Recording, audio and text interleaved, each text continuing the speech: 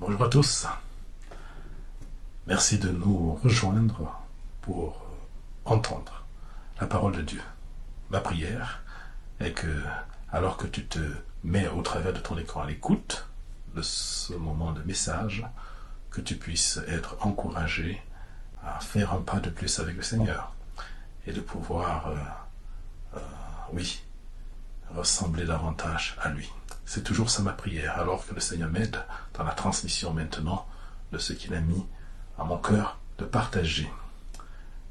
Je ne vais pas te parler des 7 clés, des 4 lois ou de comment tu peux activer ta destinée, ni de comment tu vas entrer dans ta destinée. Non, je sais que c'est un sujet à la mode ces derniers temps, et surtout dans une certaine sphère chrétienne, d'un christianisme attractionnel, on en parle beaucoup. Et on voit de nombreux chrétiens dans une position d'attente dans leur vie.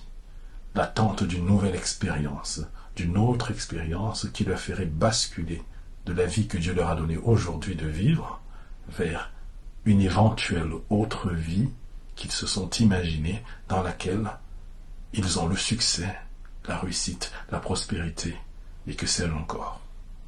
Non, je ne vais donc pas te dire comment entrer dans ta destinée. Mais j'espère qu'au travers de ce que nous allons voir, tu vas pouvoir non pas compter sur Dieu pour entrer dans ta destinée, mais réaliser que tu es destiné à Dieu, que tu es destiné en Dieu à son salut et à sa louange. Oui, nous continuons notre série post-exilique. Et donc nous allons aborder maintenant Néhémie. Après avoir vu Esdras, que nous avons terminé la dernière fois, nous allons aborder Néhémie. Et nous allons essayer de voir au travers de Néhémie, du premier chapitre que nous allons voir maintenant, ce premier chapitre, nous allons juste essayer de voir qui est ce Néhémie et donc ce que cela peut nous apprendre pour nous. Et nous allons aussi voir quel est le sujet principal de Néhémie et donc de ce livre et de Néhémie lui-même dans cette histoire de Néhémie, entre autres, que nous allons voir. Bien évidemment, nous n'allons pas passer à côté pendant toute cette étude de cette main de Dieu qui intervient de manière souveraine et qui détient toutes choses. Nous aborderons aussi ce thème pendant cette série sur Néhémie. Nous allons lire le premier chapitre de Néhémie ensemble. Néhémie 1. Parole de Néhémie, fils de Hakalia. Durant le mois de Kislev, la 20e année du règne d'Artaxerxès, alors que je me trouvais à Suse, la capitale, Hanani, l'un de mes frères, est arrivé avec quelques hommes de Juda. Je les ai interrogés au sujet des Juifs rescapés et de la déportation et au sujet de Jérusalem. Ils m'ont répondu, les rescapés de la déportation se retrouvent là, dans la province, au comble du malheur et du déshonneur. La muraille de Jérusalem est pleine de brèches et ses portes ont été réduites en cendres. À cette nouvelle, je me suis assis. J'ai pleuré et j'ai porté le deuil durant des jours, jeûnant et priant devant le Dieu du ciel. J'ai dit, Éternel Dieu du ciel, Dieu grand et redoutable, toi qui conserves ton alliance et ta bonté à ceux qui t'aiment et qui respectent tes commandements, je t'en prie. Prête-moi une oreille attentive et que tes yeux soient ouverts. Écoute la prière que moi, ton serviteur, je t'adresse en ce moment. Jour et nuit, j'intercède pour tes serviteurs, les Israélites, en confessant leurs péchés, ceux que nous avons commis contre toi. Oui, ma famille et moi, nous avons péché. C'est certain, nous nous sommes mal comportés envers toi, nous n'avons pas respecté les commandements, les prescriptions et les règles que tu avais données à ton serviteur Moïse. Souviens-toi donc de la parole que tu as ordonné à ton serviteur Moïse de prononcer. Si vous vous montrez infidèles, je vous disperserai moi parmi les peuples.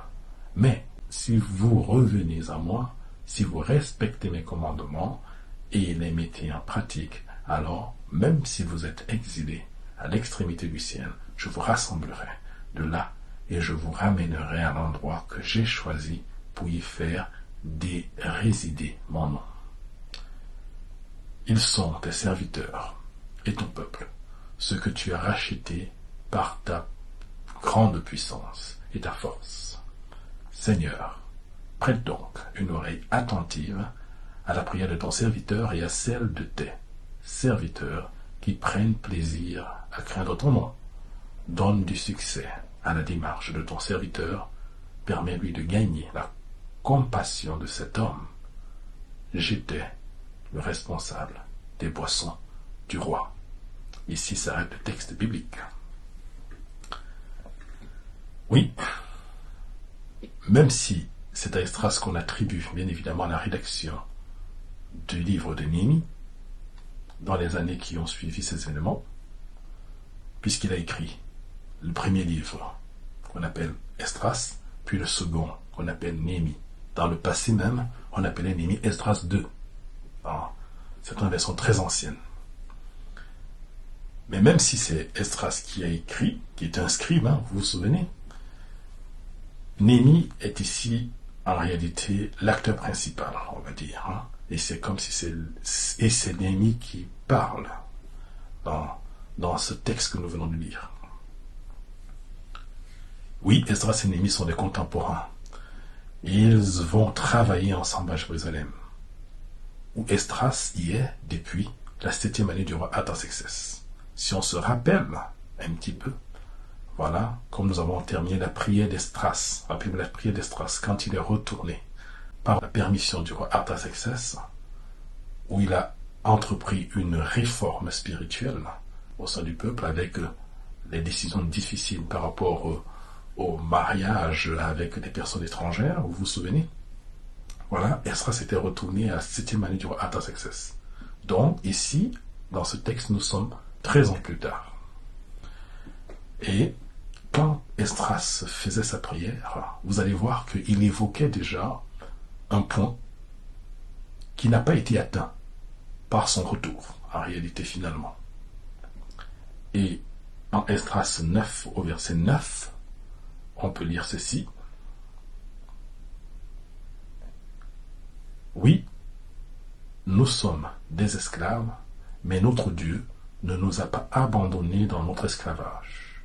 Il a manifesté sa bonté en nous attirant la faveur des rois de Perse, en nous redonnant la vie, afin que nous puissions reconstruire son temple, ce qui a été fait avec Zorobabel, et réparer ses ruines, ce qui a continué jusqu'à Esdras, et en nous fournissant un abri sûr en Juda et à Jérusalem.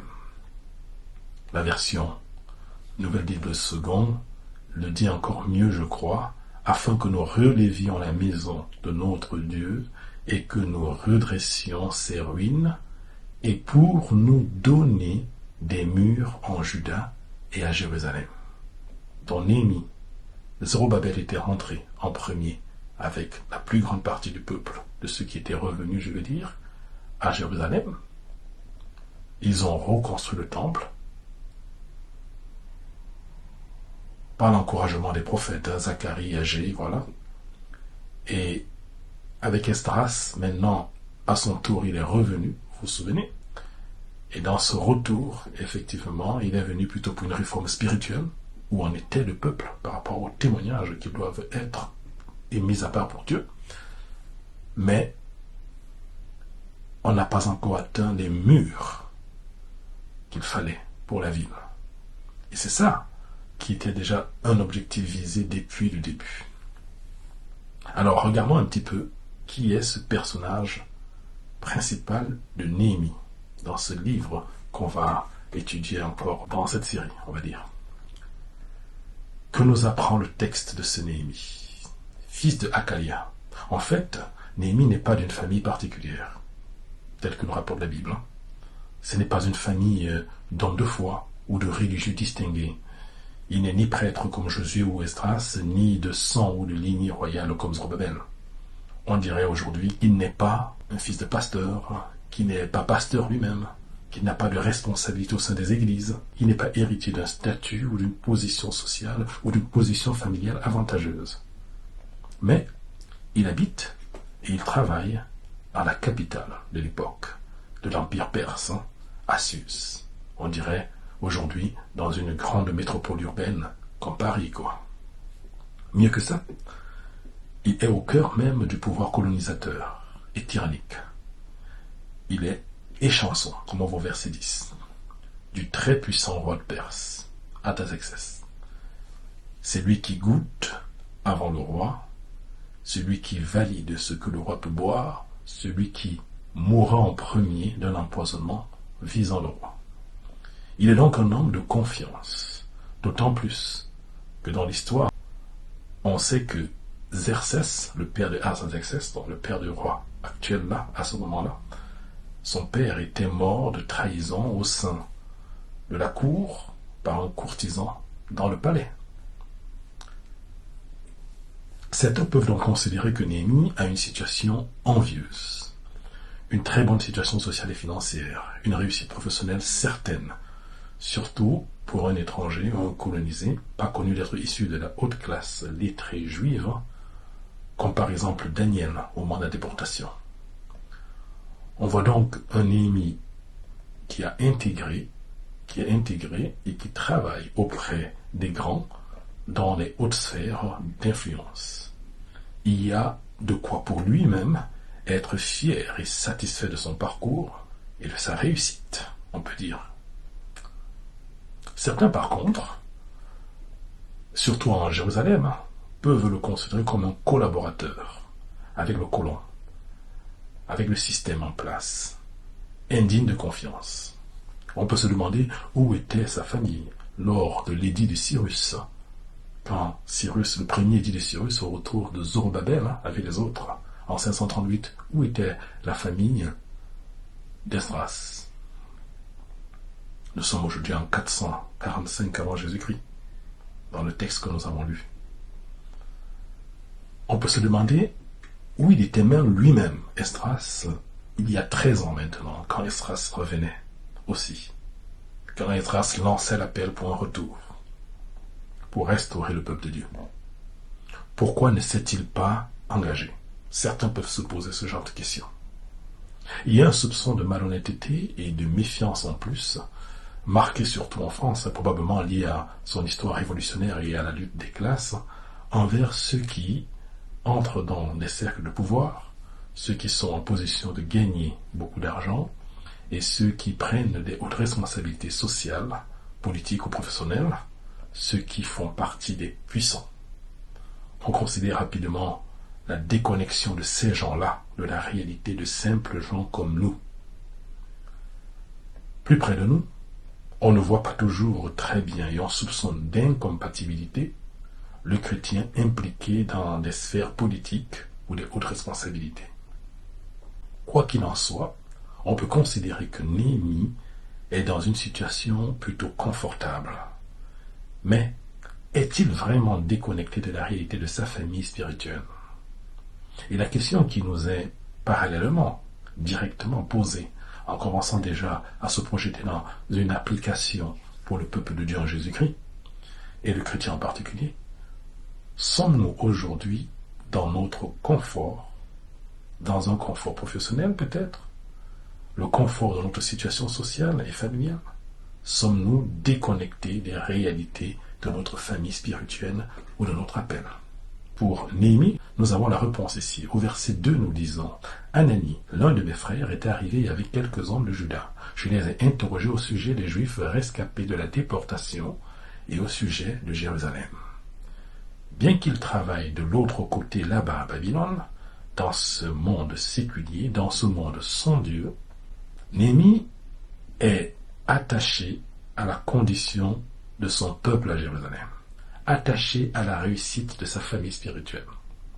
Alors, il prend des nouvelles, il est attristé par ce qu'il entend, par le besoin énorme qui se présente devant lui.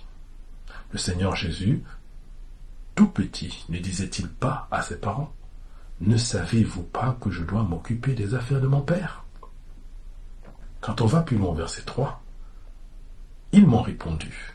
Les rescapés de la déportation se retrouvent là, dans la province, au comble du malheur et du déshonneur. La muraille de Jérusalem est pleine de brèches et ses portes ont été réduites en cendres. À cette nouvelle, je me suis assis, j'ai pleuré. Il y en a parfois quelques-uns qui disent qu'ils aimeraient faire la volonté de Dieu, qu'ils aimeraient servir au Saint-Vesti pour le Seigneur. Ils se demandent quel est leur appel, quel est mon appel. Ils aimeraient entendre la volonté de Dieu comme Dieu parla à Moïse ou à Abraham. Et on va voir sur Internet des enseignements d'un christianisme mystique promettant des formules toutes faites pour obtenir une voix, une parole d'un Dieu marionnette ou manipulé. Non, ça ne se passe pas toujours comme avec Moïse ou Abraham. Ce qui est marquant dans Néhémie, comme vu aussi avec Esdras, nous ne voyons pas Dieu qui parle de manière explicite, directement. Non, nous ne voyons pas Dieu qui dit de faire quelque chose ou non.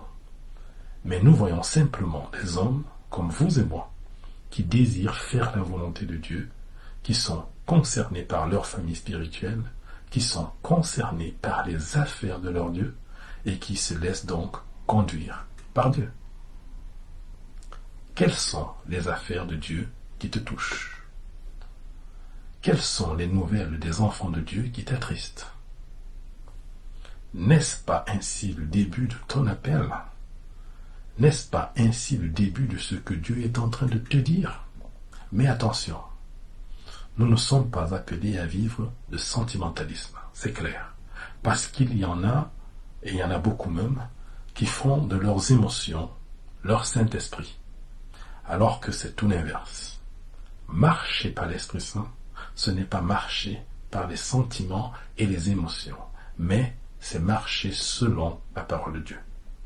Quelqu'un disait que le sentiment. Que fait donc Néhémie de ses sentiments, de sa tristesse, d'entendre ce qu'il entend, le malheur et le déshonneur de sa famille spirituelle, de son peuple? À cette nouvelle, on dit au verset 4, « Je me suis assis, j'ai pleuré », c'est vrai. Et il ne s'est pas arrêté là. Et j'ai porté le deuil durant des jours, jeûnant et priant devant le Dieu du ciel. Que faisons-nous de nos mauvaises nouvelles? Que faisons-nous de nos tristesses, nos déceptions, de nos coups durs? Que faisons-nous du fardeau dans notre cœur? Pleurer, oui. Porter le deuil, oui. Mais où? Jeûnant et priant devant le Dieu du ciel. Les émotions en soi ne sont ni bonnes ni mauvaises, puisque Dieu nous a créés très bien, avec justement des émotions, pour par exemple goûter et voir combien l'Éternel est bon, ou pour haïr ce qui est du mauvais. Quelqu'un disait, nos émotions, bonnes ou mauvaises, doivent pouvoir nous révéler les multiples manières dont nous avons besoin de Dieu. Nos émotions nous invitent à voir le monde comme Dieu le voit, à la fois cassé et beau. Et je me souviens même d'ailleurs que cette semaine, dans le cadre de mon boulot, j'ai vu partager une phrase très célèbre du Premier ministre anglais Churchill qui dit « Success is not final, failure is not fatal, it is the courage to continue that count. » Le succès n'est pas final, l'échec n'est pas fatal, c'est le courage de continuer qui compte. Comme quoi, même dans le monde, Dieu communique sa sagesse et les hommes peuvent dire des choses qui ne s'éloignent pas de ce que dit la parole de Dieu. Si on continue, vous savez, le nom de Néhémie signifie Dieu console, comme parfois les noms des personnages bibliques. Si cette signification peut nous dire quelque chose de son appel à la consolation de son peuple dans le malheur et le déshonneur, provoquant sa tristesse, il a d'abord besoin lui-même d'être consolé par Dieu lui-même, avant de pouvoir consoler ensuite les autres. Alors, il ne se précipite pas pour agir. Il gère ses émotions et son sentiment d'appel dans la prière, pendant 4 mois, et on le verra encore la fois prochaine. Oui, pour le chrétien, La prière est la respiration. Quel bel exemple, Néhémie nous donne dans ce chapitre et ensuite dans son attitude d'humilité envers Dieu et de recours à Dieu. Et si l'on regarde un peu sa prière, empreinte d'humilité et de dépendance d'un jeune pour une prière d'un homme de l'ancienne alliance, elle est édifiante de vérité de l'économie en Jésus-Christ. On y trouve la louange à Dieu pour qu'il est grand, redoutable et fidèle. On y trouve une approche de Dieu avec assurance de son accueil et sa position en Dieu qui ne change pas avec ses fautes. Ton serviteur, celui qui est à ton service.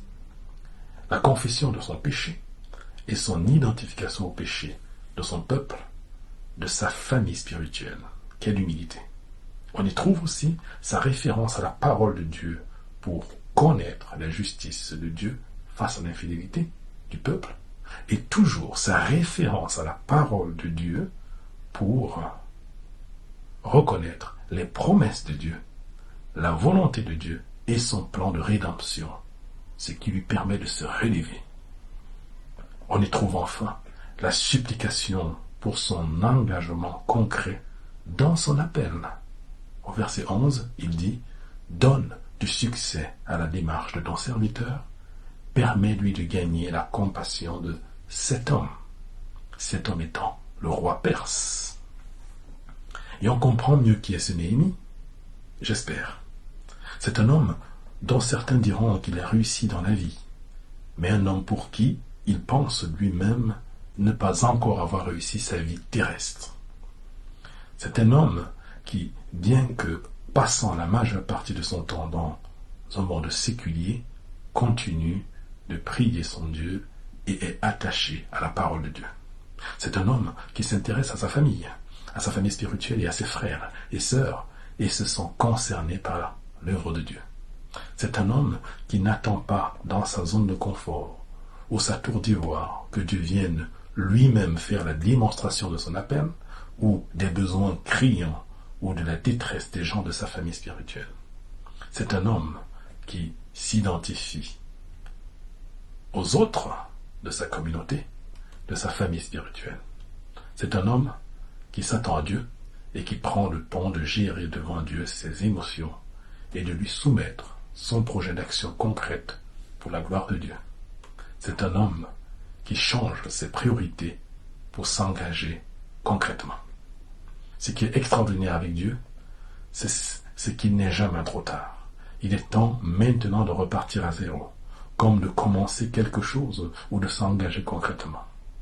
La question n'est pas si tu étais là dès le début avec les premiers engagés, mais si tu réponds aujourd'hui à l'appel de maintenant.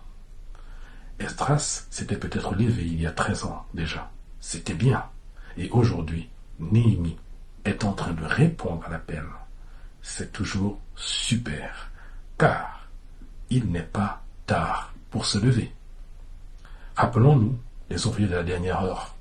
Vous vous souvenez, tel que nous raconte Jésus-Christ, quand le maître passe à 6 heures, il y en a qui s'engagent et qui le suivent. Le maître passe à 12 heures, et il y en a qui s'engagent à sa suite pour aller travailler dans son champ.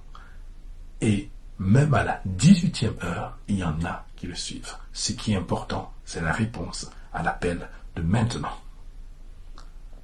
Abordons maintenant, deuxième point, quel est le sujet principal pour Néhémie et donc pour nous en application, si on essaye de regarder un petit peu près. Au verset 3, on a ce sujet principal. Ils m'ont répondu, dit le texte. Les rescapés de la déportation se retrouvent là, dans la province, au comble du malheur et du déshonneur. La muraille de Jérusalem est pleine de brèches et ses portes ont été détruites en cendres. La muraille de Jérusalem et ses portes. Sur un sens purement physique, l'absence de muraille autour d'une ville rend ses habitants vulnérables face à ses ennemis. Le peuple de Dieu est vulnérable face à ses ennemis. Et on a déjà vu, et on verra encore, que ces Juifs retournés à Jérusalem n'ont pas que des amis autour. Quand ils pensent à rétablir ce qu'ils considèrent comme la cité de la gloire de Dieu, alors que ça peut constituer une menace pour les autres. Nebuchadnezzar avait détruit la ville de Jérusalem, et donc la muraille et les portes. Peut-être il y avait eu une tentative même de reconstruire au temps d'Esdras, à l'arrivée d'Esdras ou de peuple avant, puisqu'on ne sait pas bien situé dans le temps, mais on sait qu'il y a une lettre qui avait été faite à ce roi actuel, Artaxerxès Ier, pour dénoncer, était-ce vrai ou une calomnie, je ne sais pas, pour dénoncer le fait que les Juifs voulaient refaire la muraille, et le roi avait ordonné aux Juifs de cesser les travaux. Mais alors, cette muraille, qu'est-ce concrètement? Quel peut être son sens pour le peuple de Dieu aujourd'hui? Intéressons-nous à ce que Dieu en dit lui-même des murailles dans la révélation de son projet, le méta-récit biblique. Et on va retrouver effectivement qu'en Zacharie, au temps de Zorobabel, pour la construction, le Seigneur dit ceci en Zacharie. Zacharie 2, versets 5 à 9. « Je levai les yeux et je vis un homme qui tenait à la main un cordeau à mesurer. Et je dis, où vas-tu? Et il me dit, je vais mesurer Jérusalem, pour voir quelle est sa largeur et quelle est sa longueur. Alors, le messager qui parlait avec moi sortit, et un autre messager sortit à sa rencontre. Et il lui dit, cours dire à ce jeune, Jérusalem sera une ville sans muraille. Tant les humains et les bêtes y seront nombreux. Je serai moi-même pour elle, déclaration du Seigneur, une muraille de feu tout autour, et je serai sa gloire au milieu d'elle. » Le Seigneur se présente comme le fait qu'il sera. C'est son projet plus grand encore que celui de ce reste de peuple, qu'il sera lui-même une muraille pour ce peuple qui n'aura pas besoin de muraille. Dans Ésaïe 60, versets 18 à 21, on va encore voir Dieu qui fait la promesse du rétablissement de sa gloire sur Jérusalem, qui attireront alors tous les peuples du monde entier. Et à partir du verset 18, il nous précise quelles sont les murailles de ce pays saint dans son projet extraordinaire. Je lis, on n'entendra plus parler de violence dans ton pays, ni de ravage ou de désastre dans ton territoire. Tu donneras à tes murailles le nom de salut, et à tes portes celui de louange. Tu n'auras plus le soleil pour lumière pendant le jour, ce ne sera plus la lune qui t'éclairera de sa clarté, c'est le Seigneur qui sera ta lumière pour toujours, c'est ton Dieu qui sera ta splendeur, et ainsi de suite. Et enfin, toujours dans Ésaïe, on lit en Ésaïe 26, verset 1 à 3, enfin, en ce jour-là, dans le pays de Juda, on chantera, nous avons une ville forte, il nous donne le salut pour muraille et pour rempart. Ouvrez les portes pour qu'entre la nation juste qui garde la probité à celui qui est ferme dans ses dispositions, tu assures la paix, parce qu'il se confie en toi. Et dans Apocalypse, on verra que la nouvelle Jérusalem, la Jérusalem céleste, aura une haute muraille avec les 12 portes, ce qui la met à l'abri du mal dans la présence de Dieu. Tout sera parfait sous le spectre de la justice de Christ. Si la nouvelle Jérusalem du peuple de Dieu désormais rachetée en Christ est préfigurée dans la Jérusalem à rebâtir, comme on voit dans ce texte de Néhémie, elle trouve son application aujourd'hui, premièrement parmi le peuple de Dieu rassemblé dans ton église locale, et ensuite le peuple de Dieu dans les localités concrètes, ici ou ailleurs, selon les connexions auxquelles le Seigneur nous appelle. La muraille, on a vu, doit nous faire penser au salut. Les portes nous fait penser à la louange. Le rempart, la muraille du peuple de Dieu, c'est donc le salut. C'est l'ultime sécurité du peuple de Dieu, comme le salut. C'est l'ultime sécurité du peuple de Dieu. Et ce salut, c'est aussi l'ultime sécurité du chrétien. Et je pense que là, on peut faire une connexion, on doit se rappeler le fameux casque du salut. Si la muraille est pour le peuple, muraille du salut, le chrétien, c'est le casque du salut. Tout seul, c'est le casque du salut. Ensemble, c'est la muraille du salut. Mais alors, il est bon de se rappeler ce qu'est le salut en réalité. Parce que qui dit salut, dit donc sauvé du péché. Il ne s'agit pas seulement de la nouvelle naissance lorsqu'on donne notre vie à Jésus-Christ. Oui, nous sommes sauvés à ce moment-là. C'est la base, sinon on ne ferait même pas partie du peuple de Dieu. Mais ça, c'est la dimension passée du salut. La première dimension du salut, la dimension passée du salut. Sauvé de la condamnation du péché, alors notre statut a changé. Nous faisons partie de la famille de Dieu. Et nous n'avons pas à douter de notre salut. C'est pourquoi l'œuvre du salut continue en nous. Et là, nous avons donc la dimension présente du salut, sauvé de la puissance du péché. Le Saint-Esprit nous conduit à découvrir notre péché, à le dénicher, nous apprend à en résister. Et Jésus-Christ nous pardonne notre péché lorsque malheureusement nous tombons et que nous confessons pour changer. C'est l'œuvre présente du salut. Et il y a enfin, et ce n'est pas négligeable, l'œuvre future du salut. Sauvé de la conséquence du péché. Le salaire du péché, c'est la mort. Donc, sauvé de la mort éternelle, cela sera manifeste quand Jésus-Christ reviendra et que nous le verrons face à face. Nous le connaîtrons comme il nous connaît, tel il est, tel nous serons, sans péché, car Jésus qui est sans péché et sans toutes les nombreuses conséquences du péché, les douleurs, les cris, plus de pleurs, plus de maladies, plus de souffrances. En effet, c'est en espérance que nous avons été sauvés, dit le Romains 8, verset 24. Le salut est donc cette sécurité parfaite du chrétien et du peuple de Dieu. Et le combat spirituel dans lequel nous sommes en tant que peuple de Dieu, c'est contre notre ennemi, l'ennemi de notre âme, le diable, qui veut fragiliser et détruire notre sécurité en Christ, alors qu'elle est certaine, qu'elle est véritable, et nous devons nous en prémunir.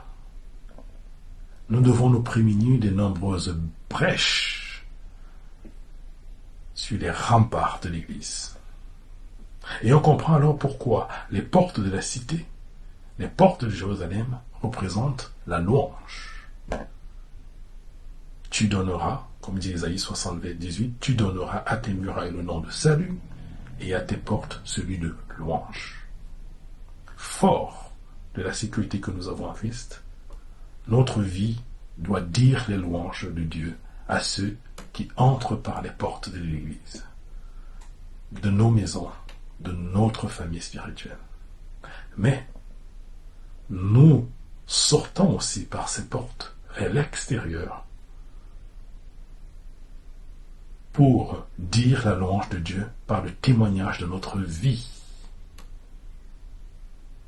Nous avons donc vu aujourd'hui que Néhémie était un homme intéressé, concerné, attristé par la muraille et les portes du peuple de Dieu en ruine. Et c'est ce qui fait l'objet de son appel et donc son désir d'engagement. Destiné en Dieu à œuvrer à la consolidation de la sécurité en Dieu et de la louange de Dieu. Néhémie est pourtant un homme ordinaire, pas de rang royal comme Zorobabel, ou de rang spirituel ou moral comme Esdras. Néhémie a même une réussite professionnelle, une sécurité entre guillemets de son avenir. Mais son cœur est touché à vif par l'état des murailles et des portes du peuple de Dieu. Et cela change ses priorités de vie. Même si habitant ailleurs, il reste attaché à sa famille spirituelle. Néhémie, dans ce chapitre premier, n'entre-t-il pas ainsi dans sa destinée? Nous voyons Néhémie destiné à Dieu, ou encore destiné en Dieu au salut et à la louange de Dieu. Que Dieu bénisse en nous l'application de ce que nous avons entendu et qu'il bénisse aussi en nous la suite de ce que nous allons découvrir au travers de ce livre de Néhémie. Amen.